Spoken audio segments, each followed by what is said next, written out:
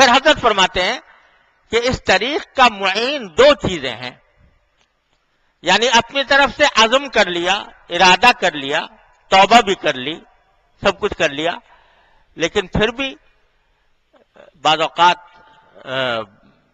دل نہیں چلتا. وہ غالب نے کہا کہ جانتا ہوں ثواب طاعت و زہد، پر طبیعت ادھر نہیں جاتی. جانتا ہوں کہ اللہ تعالیٰ کی اطاعت میں کیا ثواب ہے، جانتا ہوں کہ زہد میں کیا ثواب ہے، پر طبیعت ادھر نہیں جاتی. طبی طور پر دل میں شوق نہیں پیدا ہو رہا اور اس کی وجہ سے میں رک جاتا ہوں. تو یہ کیفیت ہوتی ہے.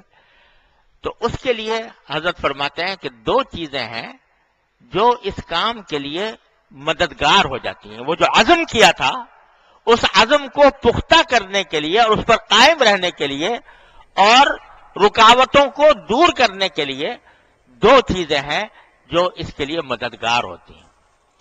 ایک فرمایا ذکر جس پر دوام ہو سکے. اللہ تعالیٰ کا ذکر وہ اتنا آدمی معمول بنائے جس کو پابندی سے کر سکے. اتنا ذکر کوئی ایک وقت مقرر کر کے اس میں بہتر یہ ہے کہ تنہائی میں کوئی وقت مقرر کر کے بیٹھ کر کچھ ذکر کیا جائے.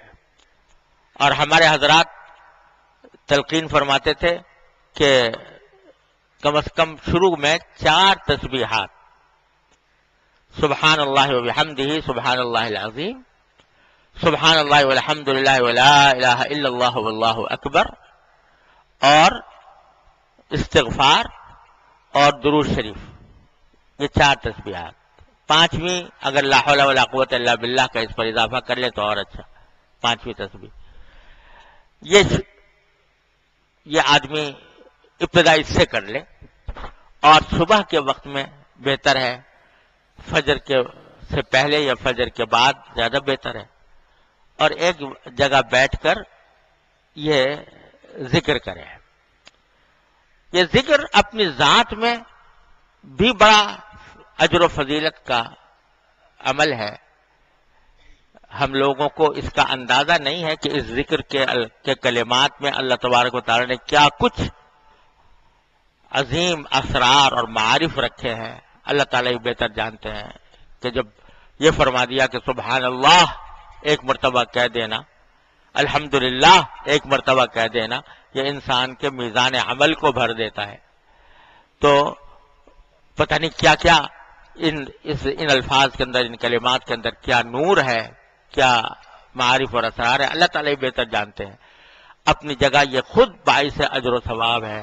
حدیث میں آتا ہے کہ سبحان اللہ وبحمدہ جو آدمی 100 مرتبہ پڑھے دن میں تو اس کے گناہ اگر ریت کے برابر بھی ہوں تو بھی اللہ تبارک و تعالیٰ اس کی مغفرت فرما دیتے ہیں. اللہ تعالیٰ کو بہت محبوب کلمہ ہے سبحان اللہ والحمد للہ ولا الہ الا اللہ واللہ اکبر. یہ اللہ تعالیٰ کو بہت محبوب ہے. تو جو آدمی یہ پڑھے تو اس کے گناہوں کی بھی معافی ہے، اجر و ثواب میں بھی اضافہ ہے. اور فرمایا کہ لا الہ الا اللہ وحدہ لا شریک لہ لہ الملک ولہ الحمد وہو علی کل شیء قدیر. یہ کلمہ جو شخص پڑھ لے 10 مرتبہ تو 40 غلام آزاد کرنے کا ثواب. غرض مختلف فضیلتیں ایک ایک ذکر کی وارد ہیں، ان سے حدیث وغیرہ کی کتابیں بھری ہوئی ہیں.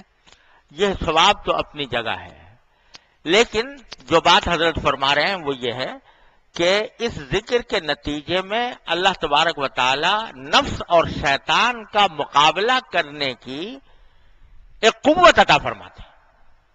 یعنی ذکر جو ہے وہ معین اور مددگار بن جاتا ہے نفس اور شیطان کا مقابلہ کرنے کے. ہمارے حضرت والا حضرت عارفی قدس اللہ تعالی سرہ فرمایا کرتے تھے کہ یہ ذکر جو ہے یہ ایک انرجی ہے، یعنی ایک قوت، ایک طاقت ہے جس کے ذریعے آدمی جو ہے وہ اپنے فاسد جذبات کے مقابلے میں، گناہوں کے داعیے کے مقابلے میں ان کے خلاف ایک قوت پیدا ہوتی ہے. یعنی شروع میں آدمی ایسا ہوتا ہے کہ گناہ کے آگے جیسے مجبوری ہو گیا،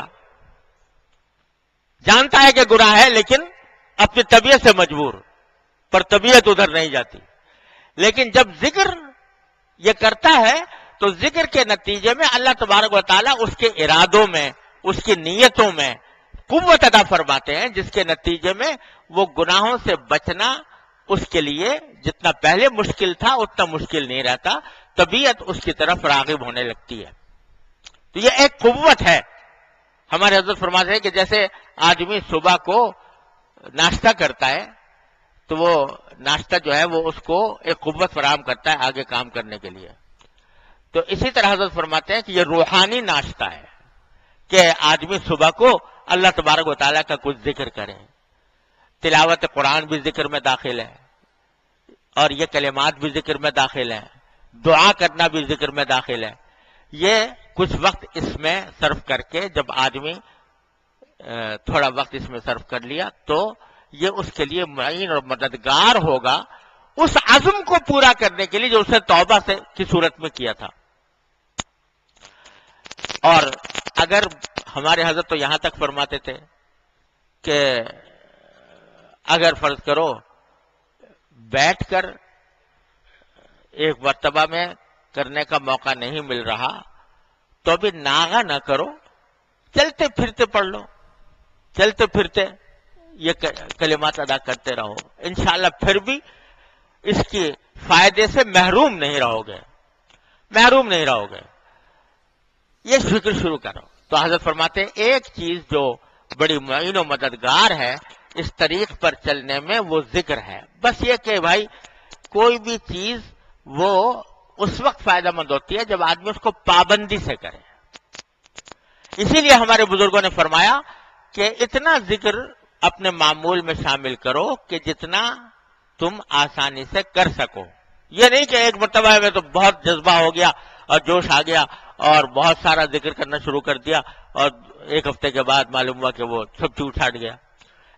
اس سے فائدہ نہیں ہوتا. حدیث میں فرمایا خیر العمل ما دیم علیہ وان قل، بہترین عمل وہ ہے جس کی پابندی کی جائے چاہے وہ تھوڑا ہی سا ہو، لیکن پابندی کرے آدمی تو اللہ تبارک و تعالیٰ نے اس میں بڑی برکت دی ہے.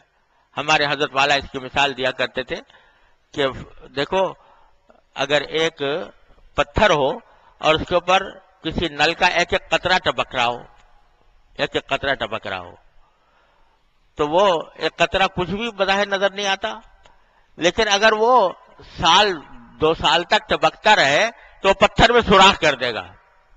حالانکہ چھوٹا سا قطرہ تھا لیکن اسے سوراخ کر دیا.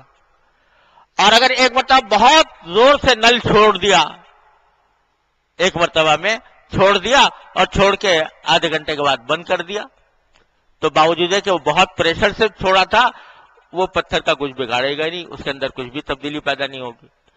تو یہی عمل، یہی معاملہ اعمال صالحہ کا ہے جن میں ذکر سر فہرست ہے کہ اگر پابندی سے کیا جائے، کوئی دن ناغہ نہ ہو، ہر روز ہو، تو وہ رفتہ رفتہ وہ قوت اتنی پیدا کر دے گا انشاءاللہ کہ پتھر میں سوراخ کر دے گا.